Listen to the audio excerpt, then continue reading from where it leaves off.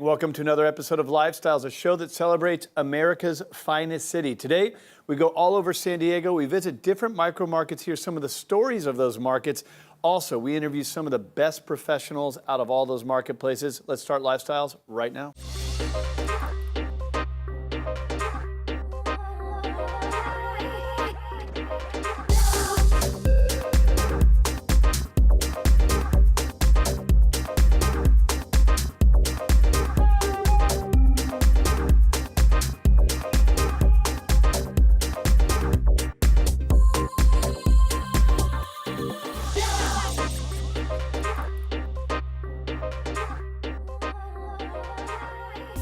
All right, so here we are with Brendan Huffman. He is the chairman of the board with Social Syndicate, and he's one of the most sociable guys in San Diego. Here we are at Wonderland having a beer. What kind of beer are we having? Cheers. This one's the Vacation IPA by our brewery, a resident brewing company. I would say is our flagship beer. The Vacation IPA. Yeah, coconut IPA. That's and good. Our brewmaster won awards for this one, and we're excited now. It's in all of our venues, and it's actually at a limited release, so it's a tough one to get. But now we have it kind of spread around town a little bit. Well, it's a great beer, and it speaks to the craft brew scene that we've seen in San Diego, which I know has probably had an impact on a lot of what you guys do. Talk about Social Syndicate so people understand what it is you're doing throughout San Diego. Syndicate's basically kind of a jack of all trades umbrella, and it's our restaurant group, but it's also we got creative design in there, you got photography, you got entertainment booking, you got social media presence, you got anything that we do comes from that source. There's a board of directors, so myself, Mina, Hoffman, Jimmy, and Mark basically make these decisions based on what's next. What's new and exciting, what are we going to add to our circle, the best decisions are the ones we avoid, you know what I mean? And for maybe there's 30 deals that come to us on certain projects, and we take one, there's one that will stick out. It's awesome you guys do an analysis of the different areas that you go into. I don't think, from what I've seen, one better illustrates it than where we're sitting today, which is the Wonderland, which soon will be filled with customers everywhere. And every time I've been down here into Ocean Beach, it seems like you guys have just knocked it out of the park. I think you had a little adversity into coming down here and doing this. So we did, yeah. There definitely was a very, I would say, conservative approach to coming in here. You can't come into Ocean Beach and wave a corporate flag, and that's not something we ever do. We're always a grassroots approach to things. Obviously, we have our systems in place. We have our processes. Everything we do is basically our foundation, but then we want to do things our way when it comes to these venues. So Ocean Beach was no different. They were a little nervous that we weren't going to be tying this into OB. But everything has been Ocean Beach with Wonderland. It's been Ocean Beach Hires. It's been all the philanthropy work we do in town is all generated around this community. Well, isn't Wonderland a historic story of Ocean Beach as a whole? Wasn't there like a park? I don't know the story. Yeah, so 100 years ago, literally right below where we're sitting now, and it ran all the way down towards the pier, they built Wonderland Park, which was this huge amusement park. And of course, back in the day, they didn't have the research behind certain things. It was too close to the fault line. Safety measures? Yeah, the safety measures. So they spent a lot of money at the time, if you see pictures, and it was sinking. It was cracking at the surface. The foundation wasn't stable. So roller coaster was a little sketchy. Yeah. Jumping on the blue streaker, it definitely was like Russian roulette, I suppose. But awesome history behind Wonderland Park, and we kind of do a split thing here where it's a little nautical theme, but we tie into some OB history and tell a little story. Well, it's an amazing spot as we sit here. You got the ocean breeze coming in. What are some of the other spots you guys have designed and created with Social Syndicate besides Wonderland? So the first one, basically my first baby, I call them. We put together Bootlegger in East Village, and that was in 2011. And it was a little bit of a prohibition kind of thing, obviously. There was some history there. We wanted to do something that it was approachable, but it had a cool brand behind it. It had the Bootlegger truck. It had, I don't know if you've been down there, but every time the fire truck from engine number 4 goes by. Tell us the story of the Fireball. So one of our artists was doing a mural, and I was in there late night one night with him, 3 in the morning, and we're standing outside because we want to get a breath of fresh air, and the trucks keep flying by. and one after another. So it must have been a busy night, obviously.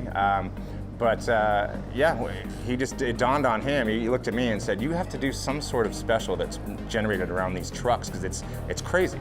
So then we came up with a fireball yell where the whole staff jumps on board. So you wanted to get the crowd that's in the building and the staff and the bell and the light above the bar screaming and yelling fireball when the trucks go by.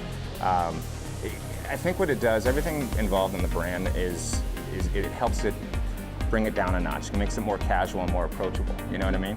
We always want that Cheers vibe where you walk in and you know the person that's serving you at the bar, and that you just have that connection. You know what I mean?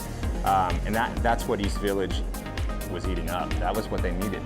They needed like that cool neighborhood bar that just had a nice pulse to it. Now it's become this iconic spot in downtown, and there were several failures prior to Bootlegger, which has been a huge success for you guys. Yeah. I mean, that was almost a cursed corner down there. It made us a little nervous, to be honest, going into that deal. But the team you put in there, because it's a destination spot. If you're down in East Village, it's not foot traffic everywhere. It's certainly. This one was a unique project where we had to make sure that the place had a buzz around it. It had to have the best staff in town. It had to have a good value when it comes to the menu and stuff. And that mix, and I mean, there's people involved in everything we do right now and I guess I'll touch on this. What we do at Syndicate and encompasses around all of our restaurants is something a little bit different. We try to think a little bit outside of the ordinary. There's people within our that express our brand that are a little bit different. You know what I mean? In a good way. Like you walk in. There's a bartender named Sarah, for example, down at Bootlegger. On a busy night, she's high-fiving everyone in the building. I swear she has to ice her arm down after a busy night down there. But it makes people's day, you know what I mean? Yeah. Wonderland's no different. There's a guy named Chris that bartends here. Every time I walk into this place, he makes my day. You know what I mean? There's something different about it. And we want to make sure that we're doing that everywhere. Rabbit Hole, no different. There's a guy named Michael that knows everything about craft beer, and he's got all these regulars, and people chat about their experiences at Rabbit Hole because of this guy, and you can pinpoint people, at every one of our venues that affect people positively. But that's kind of like the heartbeat of what we do. We want to have swagger. You know what I mean? You want to have, when you walk in the building, that you want to have that high five. You want to have the nice, warm welcome. What's awesome about it in today's world, your story is so important, and you guys have created stories within all these different restaurants and bars you've opened up. But now you have the ability for the consumer communicate with one another online and through social media, so that story spreads in a way that's crazier than ever in the past. What do you got on the horizon? So, project-wise, we have a collaboration project that we're doing up in Pacific Highlands Ranch. It's actually a community within Carmel Valley, Del Mar area, called Woku Noodles and Pours. It's a really edgy brand. I really like it. It's kind of like a samurai pirate noodle type of thing with teppanyaki and craft beer. And it's a little all over the place, but it's gonna be a really cool concept for that community. Come on, man, noodles aren't that exciting. I know, but we have so to. You gotta do something. We're gonna kick it up a notch there. I know that there's gonna be a really interesting approach to that particular brand. Downstairs from Wonderland, we were able to. It took us about a year. We were talking to the friendly people over at Shades Oceanfront Bistro. These guys it's a family-run business, and hats off to them. They've done it so right. We're taking over that space. We just started demo, and we're going to do a brunch 7 days a week type of theme downstairs. It's called Obi Surf Lodge. Swell times. And we're excited about this thing. It's something that we think will be ready for the new year. Well, you guys, you're good people. You're putting together cool things for San Diego. The social scene is awesome. A lot of people get to enjoy it, but you don't know who's behind it. Brendan, Social Syndicate are big players in the space. Cheers to your success and all you're doing for San Diego. Let's go ahead and take it back to the show.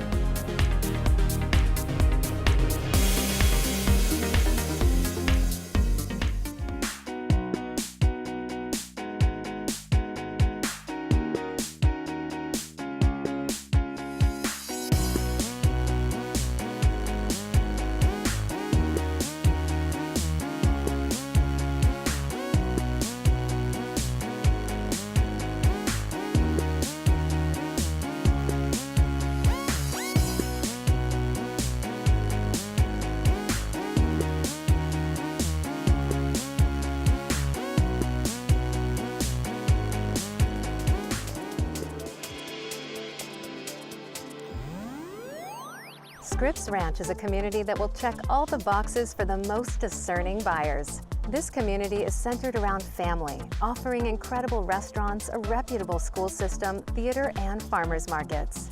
I'm Jem Morris for Lifestyles San Diego. We are in the gorgeous community of Scripps Ranch, and we're going to be meeting with premier real estate agent Arlo Nugent at a listing that he has out of this marketplace. We're here in Scripps Ranch at this beautiful home, and we are joined by the listing agent, premier real estate agent Arlo Nugent, owner-broker of Blue Chip Realty, and the homeowner this time. Carrie, thanks for having us in your home. Absolutely, thanks for coming. Arlo, I know that we're usually talking in La Jolla. This is a change of pace for us. Tell us about the community of Scripps Ranch. Scripps Ranch is an amazing community. It was originally a 400-acre ranch owned by W.H. Scripps, the publisher, and now it's become one of San Diego's most affluent neighborhoods. Has everything to do with schools, community. Carrie, I know that when you moved here, you were actually in San Diego before you came into Scripps Ranch. You were in Carmel Valley, but you were 7 months pregnant. Now you have 2 kids. Tell us what it's been like raising young children in this community. It's been absolutely wonderful. There's access to everything you could imagine, grocery stores and doctors, and really the community has been one that is very family oriented. We have a park up the street that we go to quite a bit. We have a Saturday night movie night that we enjoy with our neighbors. We've had community events, neighborhood parties, so we've really had a wonderful experience. Carrie, I know that when you came and first saw this home, you thought, this is home, but I want to redo a few things, and the kitchen was one of those things. Tell us about what you did here. I renovated the kitchen, so as you had said, I walked in the home and immediately we knew it was for us. We knew the neighborhood was for us, we knew the home was for us. But there was a couple things that really needed a little tweaking, and one of which was the kitchen. I just really wanted to brighten it up. I wanted to make it ours. I wanted to turn really a house into a home and make it something reflective of our personalities. And we were talking earlier before the segment about those gorgeous subway glass tiles. Absolutely beautiful. Normally I see them in blue or green, but this is almost a clear with a tint of gray behind them. It's gorgeous. Thank you. So on trend right now. And let's talk about the fireplace, because I know you have some custom work done there as well. We had a custom gate made for the fireplace. It was a very traditional fireplace when we moved in. I wanted to update it, make it a little sort of farmhouse modern. And to do that, there was a specialized fireplace gate company that sort of measures and creates the image that you want. And so they came in and put the gate in. The tiles were custom Italian porcelain, which I absolutely fell in love with. I could put it in many places of the home. And then the mantle was custom made by a gentleman from the Midwest who does just absolutely impeccable woodwork. Arlo, I know that there are some public figures that also call Scripps Ranch home. There are lots of Charger players. We have LT and Sean Merriman are 2 of them, quite a few others. Wow, that really speaks to the community, that they're not just in La Jolla or Rancho Santa Fe, that they chose Scripps Ranch as their home. Why do you think that is? Sense of community, really nice sense of community. I think we're far enough but close enough, really central San Diego, to everything that every place you'd want to be. Close enough to the water. Accessibility. Absolutely. I know that when we walked in, you congratulated Carrie. You're already in escrow. I believe this was 5 days now since you went on the MLS? Just a matter of a couple of days, exactly. So as soon as we walked in, I just said, congratulations, your house is in escrow. She knew that it was coming because we did discuss a few offers in detail yesterday. And I had the first open house just a couple of days ago. Literally, there was a line out the door. The first 5 people were with their agents, and we had 43 people come through in a matter of 4 hours. And that night, we started discussing multiple offers and what do we do. And we feel really good about the people we picked. They are just wonderful family that will enjoy everything that the community in this home has to offer. And do you think that that's indicative of the market right now or of this community? So there are other listings that were active 2 weeks ago when we first started discussing about price, marketing, all of those things. They're still active. There's another listing that went on the market. I feel had some of our overflow activity from the open house. They're still active. The average days on market is over 30 days here. So I think we really hit it out of the park. What made this home different? It's all the finishings. It's everything that they did. When people walk in, people know right away if it's a house that they want. And people walk in, and I heard things like, look at all these upgrades. Can you feel the energy? Look at the natural light. People notice things like that. There's another property that's just a few houses from here. It went on the same time we did, still active. So I really made a hard push for marketing, and people walked in. The marketing got them here, but the house is what sold them.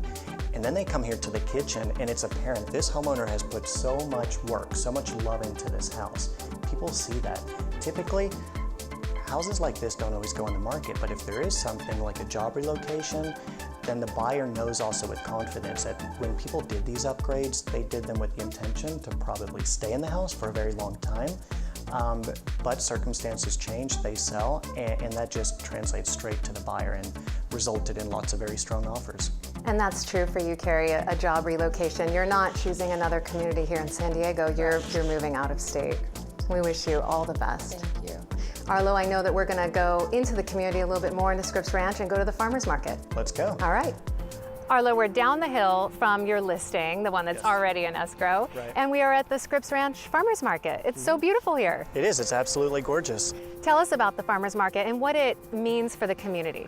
It's great. It's a place where everybody can meet every Saturday, and you have a lot of local vendors, you have a lot of foods, you have even products, local businesses, but it's great. You recognize other people in the community, children. It really is an amazing time. It is true. It's not just the vendors with the local fresh produce. Right. There's pre-made food, there's sandwiches, there's jewelry I saw on their website. That's right. Arts That's and right. crafts for the kiddos. Entertainment, Yeah. music, everything. Yeah, it's something to go to on the weekend and Right. spend your day with your family.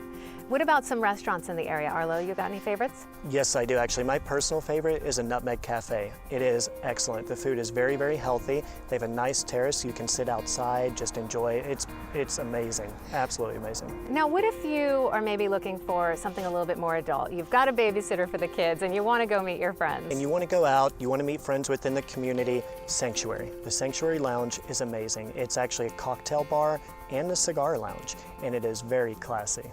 All within the Scripps Ranch community. All right here. Thank you so much for bringing us out here, Arlo. Thank you. Thank you.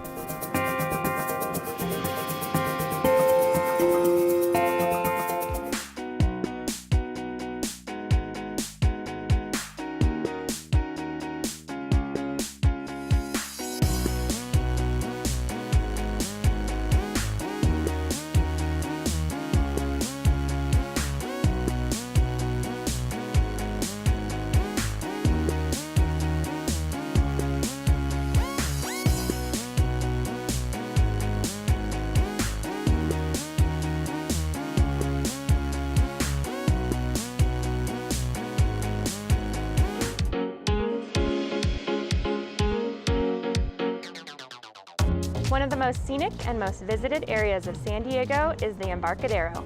It's home of the San Diego Cruise Ship Terminal, the USS Midway Museum, the Star of India, and numerous other historic vessels belonging to the San Diego Maritime Museum.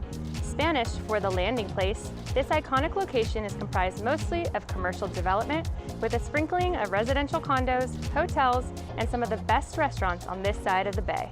Welcome to Lifestyles. I'm Lindsay Tour, and today I'm here with San Diego's top real estate agent, Mike Chiesl. Welcome back on the show. Thanks for having me. Absolutely. This is great. This is awesome. We're happy to have you down here. We're in the heart of San Diego, and we have quite the backdrop behind us today. Where are we at? We're at the USS Midway Museum. This is probably the #1 iconic site for downtown San Diego. Right behind us, we've got an F-14 Tomcat that was featured in Top Gun. I mean, the bar for Top Gun is still here downtown. Is it really? And so is the house with the romantic scene. It's up in Oceanside. The romantic scene. Yes, yes. I think it was PG-13, so I think we're okay. But the USS Midway Museum is probably the #1 visited tourist destination site right in the heart of the Embarcadero district downtown. Let's talk a little bit more about the Embarcadero. What can you find here? So the Embarcadero district used to be kind of a side note, a pass-through for folks that were visiting downtown San Diego. Recently, in the past 10 to 15 years, the entire area has changed, and it's continuing to change. So you've got cruise ships incoming and offloading passengers and onboarding passengers. You've got the San Diego Maritime Museum. They have the Star of India there. They've got an old Russian submarine. I don't know if it was captured. I don't know how they got it, but they've got it. And obviously you've got the Midway here. They've also totally redeveloped Broadway Pier. They'll have outdoor dining, kind of music in the park, and then the district itself is really changing with regards to real estate. Now they did a whole kind of revamp of this park area, and they added a lot to it, a lot of water attractions, things for kids to be involved with. And that happened back in 2013? Correct. A few years back, they got a super sweet splash pad. Nice. I had just as much fun with my 3-year-old son on that thing as anybody else. Yeah. That's a really good time. And I'm noticing that a lot of families and a lot of kids are really involved in this area. Yep. It's definitely kid-friendly, would you say that? Yep, they're creating a whole walking district corridor. You can bring the family down, you can listen to some music, you can grab some food, you can come to the Midway Museum. I mean, they've got 3,000 people coming here a day, so it's a major attraction. Let's talk a little bit more about the USS Midway Museum and kind of what you can find here. There's so much history.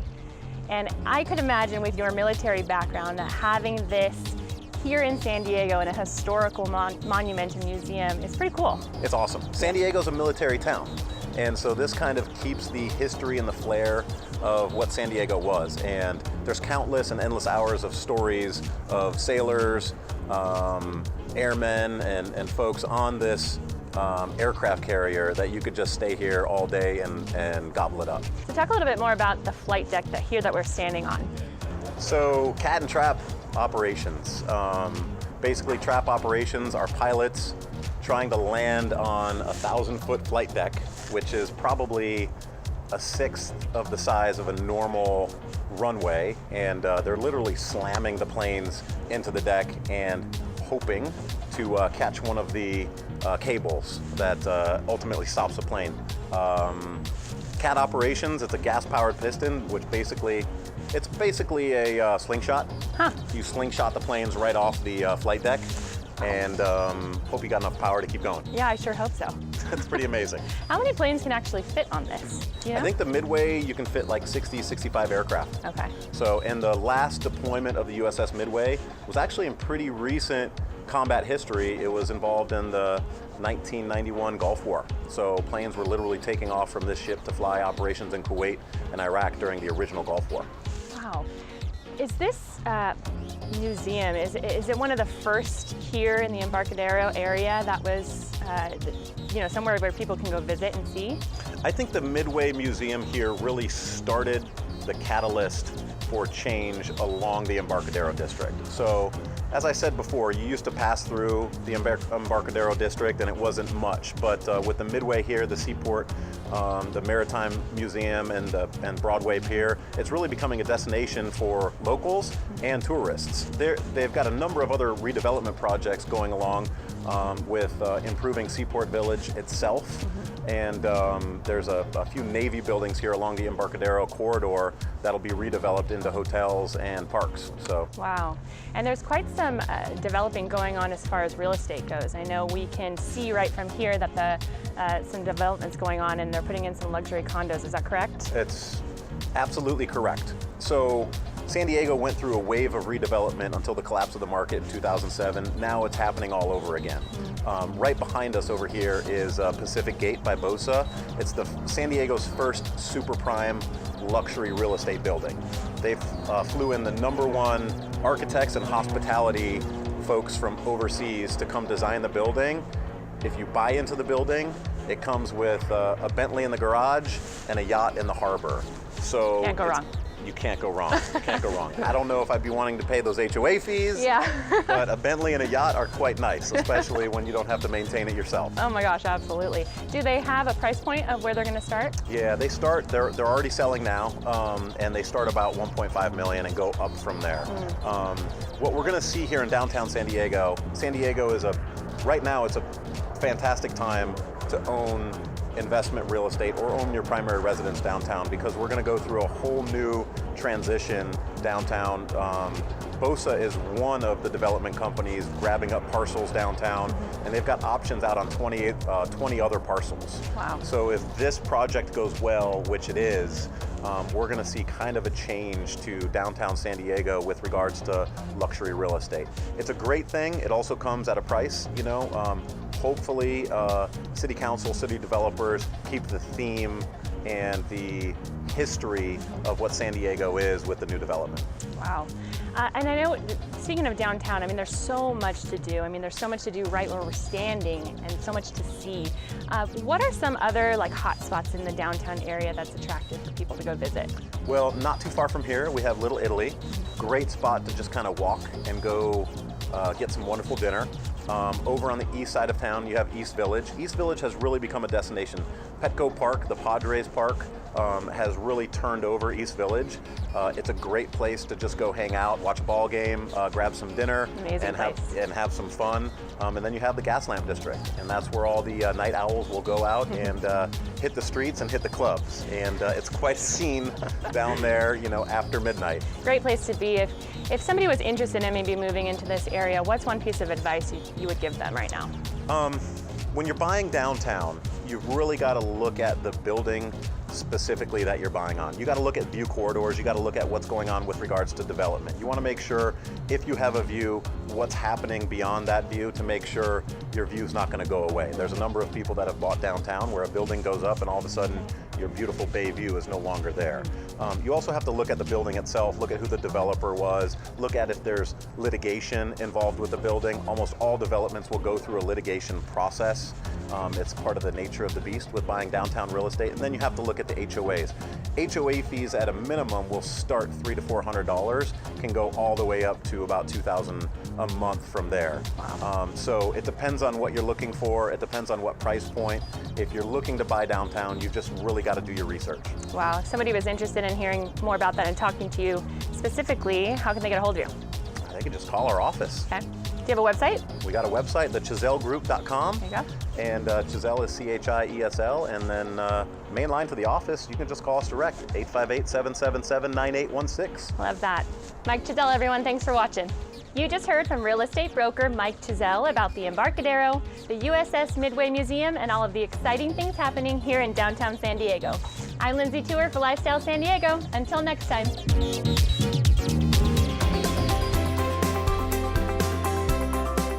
Hope you enjoyed the episode today of Lifestyles, and don't forget you can follow us outside of the show. Just visit us online, follow us on social media. We're out for today, and we'll see you next week.